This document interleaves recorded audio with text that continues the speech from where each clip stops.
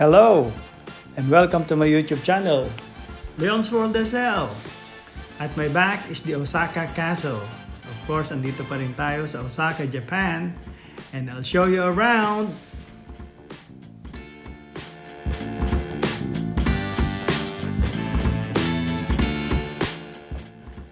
Ano nga ba itong Osaka Castle na to? Well, according to my source, this castle is one of Japan's most famous landmarks and played a major role in the unification of Japan during the 16th century of the Azuchi Momoyama period. In 1583, Toyotomi Hideyoshi commenced the construction on the site of Iko-Iki Temple of Ishiyama, Hongan-Iji. It featured a 5-story main tower with 3 extra stories underground and gold leaf on the sides of the tower to impress visitors. And it was completed in 1585. Wow, 1585? Ang tagal na ng castle na to. For sure, marami nang nangyari dito. That's why it's a really important historical park. The original owner, Hideyoshi, continued to extend and expand the castle, making it more and more formidable to attackers. In 1597, construction was completed, and when Hideyoshi died, Osaka Castle was passed on to his son, Toyotomi Hideyoshi. In 1614, Tokugawa Ieyasu besieged the Toyotomi clan forces in Osaka Castle during the winter and starting the siege of Osaka. So this is the aerial view of the castle. Yan. There's first round of the river. I mean lake. The emperor. And here's the second round of the river to protect the castle. That is the outer lake or the outer moat. That's how they call it. And that is one of the two main sentry checkpoints. As I enter the entrance, wow, ang ganda nung makikita ko. And after that, there's another entrance. Very secured ang castle na to. Back to the history, the Toyotomi clan no longer existed and the Tokugawa shogunate took over the castle and expressed their desire to move their center of government into Osaka.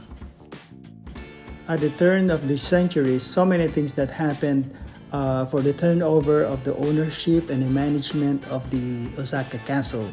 The calamities and the destruction, and so forth until it became under the Meiji government, and the Osaka Castle became part of the Osaka Army Arsenal, manufacturing guns, ammunition, and explosives for Japan's rapidly expanding Western-style military.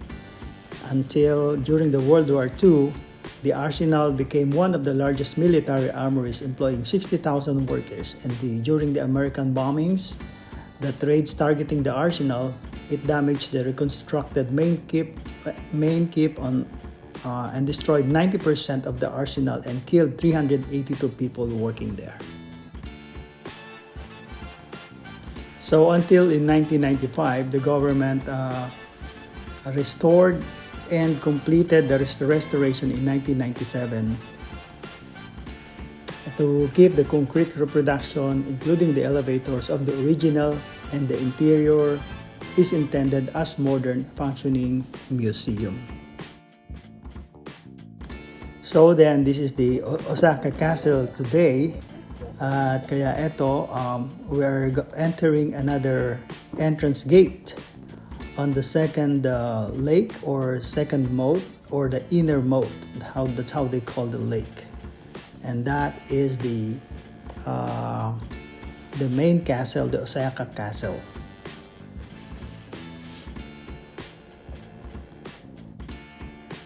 Accordingly, the castle grounds covers 61,000 square meters or 15 acres, which contains the 13 structures that were denoted as important cultural assets by the Japanese government.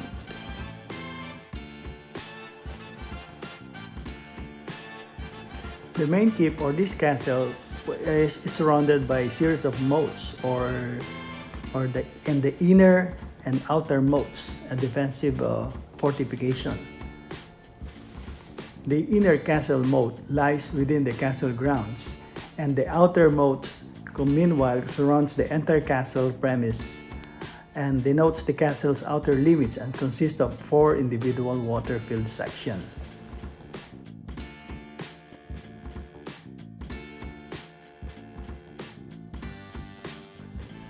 So ayan nga, at my back is the outer moat. It surrounds the castle and it denotes the castle's outer limits. It actually consists of 4 individual water-filled sections, each representing a cardinal direction: north, east, south, and west. Wow, well protected talaga yung castle na to. Tourist destination na nga kasi to, kaya ayan, merong mga ferry boat na nagsisail doon sa moat na to, doon sa lake. Yun nga naman, one of the attractions sa museum na to, sa castle na to. So, it's interesting, di ba? So, the inner keep of Osaka Castle is situated actually on a plot of land roughly 1 square kilometer, and it's built 2 raised platforms on landfills supported by sheer walls of cut rock using a technique called bardak piling, each overlooking the moat, both of it. The keep is 5 stories on the outside and 8 stories on the inside, built atop tall stone foundation to protect its occupants from attackers. Wow, ang galing! Yan naman yung other structures dito on the side of the main castle. Dahil nga short kami sa time, kaya dito na lang kami, hindi na namin napasok yung castle. So at this point, okay naman. Of course, tourist destination na nga kasi ito ngayon, so they built a separate building. Mga souvenir shop, coffee shop, restaurants, things like that. For the convenience of the tourists, of the visitors and guests. O halika, pasok tayo dito. Tingnan natin kung anong meron sila.